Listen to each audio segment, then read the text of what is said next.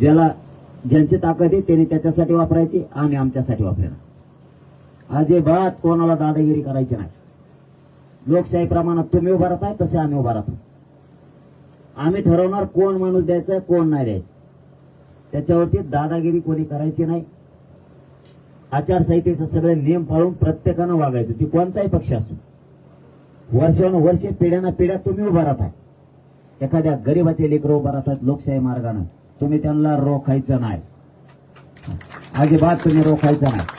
तुमच्या पद्धतीनं तुम्ही जनतेपर्यंत जा, मतदारांपर्यंत जा. आम्ही तसेच जाणार आहेत. धमकायचे, दादागिरीचे, गुंडगिरीचे प्रयोग करायचे नाही. यामुळे आम्ही लोकशाही मार्गानं आमच्या पद्धतीने चाललोय. 3 तारखेला आम्ही उमेदवार आणि मतदारसंघ सांगणार आहे.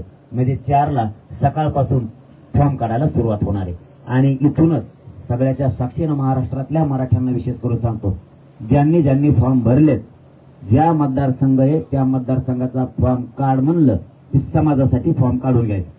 फॉर्म ठेवायचा नाही. एक नाव सांगितलं त्याचा फॉर्म ठेवायचा आणि बाकीच्यांनी स्टार प्रचारक म्हणून स्वतःच्या खांद्यावर जबाबदारी घेऊन त्याच्यावर गुलाल टाकायचा. आता राखीवच्या सुद्धा आमच्या चौथा मुद्दा सगळ्या निघताय. मराठ्यांचं आणि मुस्लिमांचं निर्णायक मतदान आहे तिथं, दोघांचा पण. आणि आम्ही लढवतो त्या याही काही मतदारसंघ असे 1,20,000 ते 1,45,000 एकटा मराठा. तिथं मुस्लिम सुद्धा आहे, तिथं दलित पण आहे. म्हणजे ह्या समीकरणात आपले शिटच पडत नाही.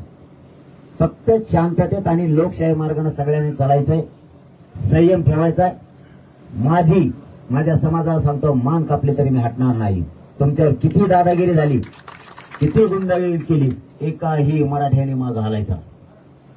कारण आता गुलामगिरी जुगारून लावायची म्हणजे लावायची.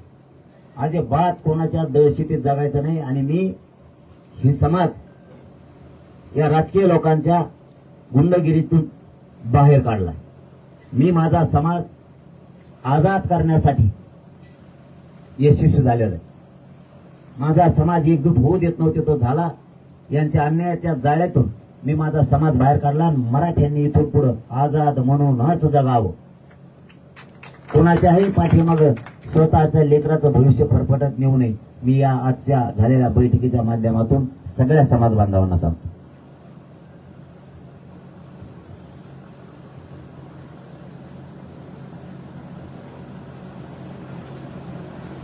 दिलंय काय? आमच्यावरचा अन्याय दलितांना दिलंय काय? मुस्लिम मराठ्यांना दिलंय काय? धनगरांना ओबीसींना दिलंय काय?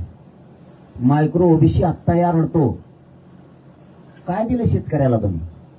75 वर्षात लाईटचा पोल सुद्धा तुम्ही बदलू शकला नाहीत. 72चे पोल येते. 72च्या दुष्काळात टाकलेले ते असे वाकडे झाले, ते सुद्धा टाकले नाहीत. आणखी तुम्ही केलंय काय? लाईट पाणी तेच ऐकतोय मी लहानपणापासून. कोणचं सरकार आलं की लाईट पाणी आरोग्य शिक्षण विकास एवढं देऊ. काय दिलं होता? पाणी नाही दिलं, शेतीमालाला भाव नाही. तू साधी कर्जमुक्ती सुद्धा करू शकलेला नाहीये. अनुदान 1 रुपयाचा पीक विमा गेला कुठे सरकारचा? 25 कंपन्यांचं म्हणणं आहे 1 रुपयाचा विमा होता, त्याचे हप्ते न भरल्यामुळे आम्ही शेतकऱ्याचा पीक विमा देऊ शकत नाही. मारले शेतकरी तुम्ही नदी लावता का 1500 रुपये देऊन? म्हणजे तुम्ही आयुष्याचं कमवता आणि माझ्या शेतकऱ्याला, माझ्या गरीब लोकांना तुम्ही आयुष्याचं देत नाहीत. लढाई ही आयुष्याचं लेकरांना मिळवून देण्यासाठी, अन्याय न होऊ देण्यासाठी. बस खूप बघितलं आता नाही. सहन करण्याची क्षमता संपली. आता परिवर्तन होणार. पुरे सुपडा साफ करणार म्हणजे करणार, सोडतच नाही मी यांना. चिन्ह मिळालं ठरून राहू. आणखी चिन्ह यायचं राहिले का? बाळा मोठा मसाला पाडा आमचा. आता